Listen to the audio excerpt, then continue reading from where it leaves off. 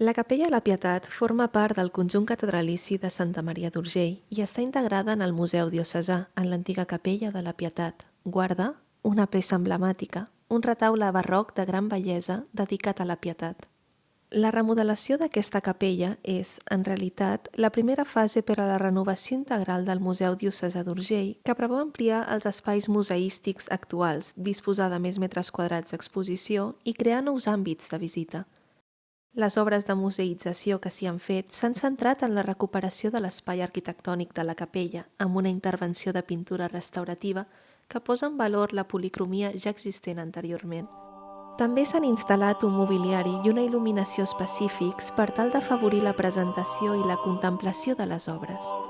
La intervenció també compta amb un seguit d'elements interpretatius, cartel·les, plafons explicatius i interactius que tenen com a objectiu la millor comprensió de les obres d'art per tal de fer-les accessibles a tots els públics.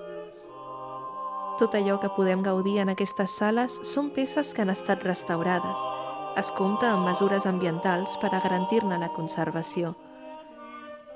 En aquest sentit, el procés de restauració i condicionament de les obres d'art es va iniciar l'any 2013 i s'ha perllongat fins a aquest mateix 2022. Peces d'orfebreria, fragments de retaules avui desapareguts, com el de la Dormició de la Mare de Déu, obres singulars i de gran bellesa, es donen cita en aquest espai. Aquesta col·lecció de 16 pintures sobre tela del segle XVI representen profetes i patriarques, i és una de les joies que podem gaudir.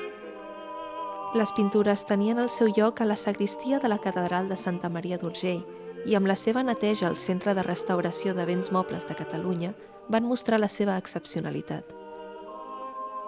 Són una de les poques traduccions figuratives que s'han conservat de la història antic testamentària de Jacob, amb els seus 12 fills i 3 profetes. La col·lecció destaca per ser la més antiga d'Europa d'aquests cicles pictòrics, datada al darrer terç del segle XVI.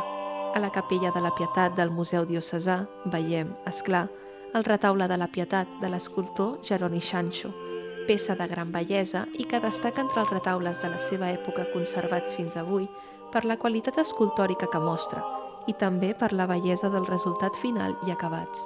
També s'hi pot veure un Crist datat a principis del segle XVI, que forma part del fons del Museu Nacional d'Art de Catalunya, que n'ha fet un dipòsit permanent al Museu Diocesà d'Urgell.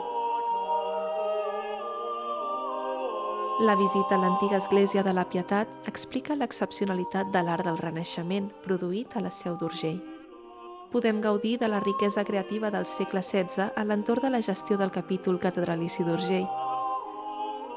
En aquesta riquesa creativa s'inclou la música de mossèn Joan Brudieu, músic d'origen francès, que fou mestre de capella a la catedral, al segle XVI, per encàrrec del capítol, i que es pot escoltar a través d'un dispositiu reproductor musical a les sales, i que enmarca la visita d'una manera especial.